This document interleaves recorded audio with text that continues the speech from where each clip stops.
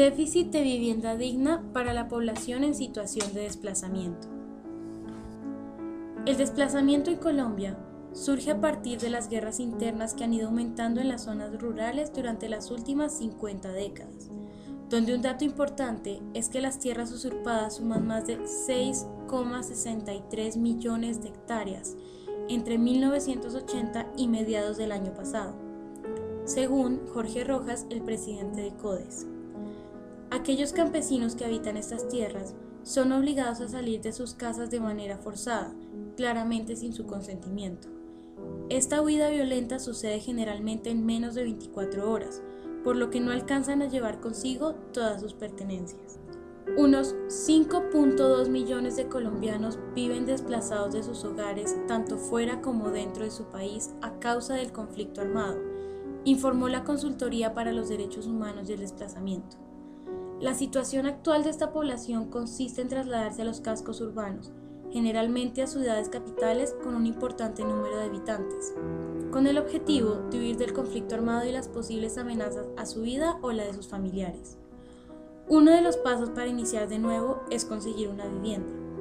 Al comienzo, se sitúan en habitaciones arrendadas o en casas de familiares, pero son conscientes de que esta situación es temporal, por lo que buscan auxilios económicos en Acción Social, Fonvivienda y otras entidades determinadas para este fin. Sin embargo, el proceso de selección y aprobación del subsidio resulta complicado, ya que deben seguir ciertos parámetros para comprobar las circunstancias en las que se encuentran. Estos son, según Acción Social, por ejemplo, si es desplazado, sufrió un atentado o fue afectado por desastre natural, debe anexar certificación expedida por entidad competente. Original. Segundo, cédulas de ciudadanía de los miembros del hogar postulante que sean mayores de edad y registro civil de miembros de hogar menores de edad. Tercero, carnet del Sisbén o en su defecto certificación municipal del puntaje del Sisbén para quien lo posea. Ahora, la razón principal por la que las personas no acceden de una manera correcta a las ayudas ofrecidas por el gobierno, además de que el proceso para dárselas es muy largo, como se explicó anteriormente, es porque estas, económicamente hablando, son muy bajas. Los subsidios oscilan entre 4 y 22 salarios mínimos legales vigentes, según el Ministerio de Ambiente y Vivienda.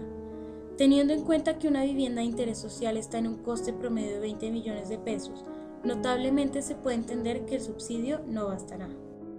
Por lo que las personas en situación de desplazamiento prefieren tanto construir su casa como mejorar una usada por medios propios, de manera que eligen comprar un lote a una constructora ilegal, la cual no se asegura de que éste tenga todas las medidas adecuadas de vivienda. Se hacen visibles la falta de servicios básicos y la inestabilidad en el terreno. Un ejemplo reciente de esto podría ser el caso de Manizales, donde hemos visto que a causa del invierno se han perdido muchas vidas por el derrumbe de tierras. Estos terrenos han sido habitados, dando paso a construcción de viviendas, las que están cimentadas sobre una incorrecta canalización y filtración del agua. Otro dato importante es que Colombia se encuentra en primer lugar del mundo por número de desarraigados internos y en el exterior. Esto nos da una panorámica internacional de la gravedad del déficit de vivienda que tiene nuestro país.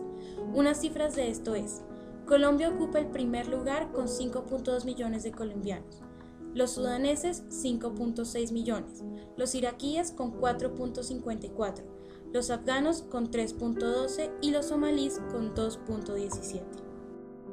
Razones por las cuales no se cumple el derecho.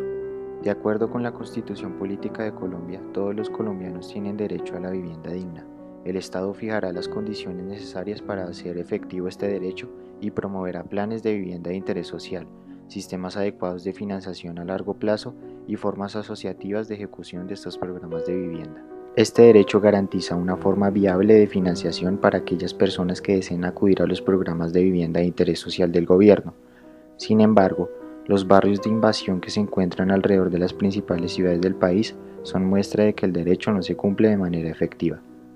Estas viviendas son construcciones ilícitas que no cuentan con ningún servicio público como lo son el agua y la luz eléctrica, lo cual no solo implica una violación del derecho a la vivienda digna, sino también el derecho a la vida digna y el derecho a la salud, pues Al no contar con los servicios públicos básicos, los habitantes de estas casas de invasión no tienen la posibilidad de vivir una vida que les permita desarrollar a plenitud todas sus capacidades y viven en condiciones donde no se garantiza su integridad física ni su bienestar, lo cual es una violación directa al derecho a la salud.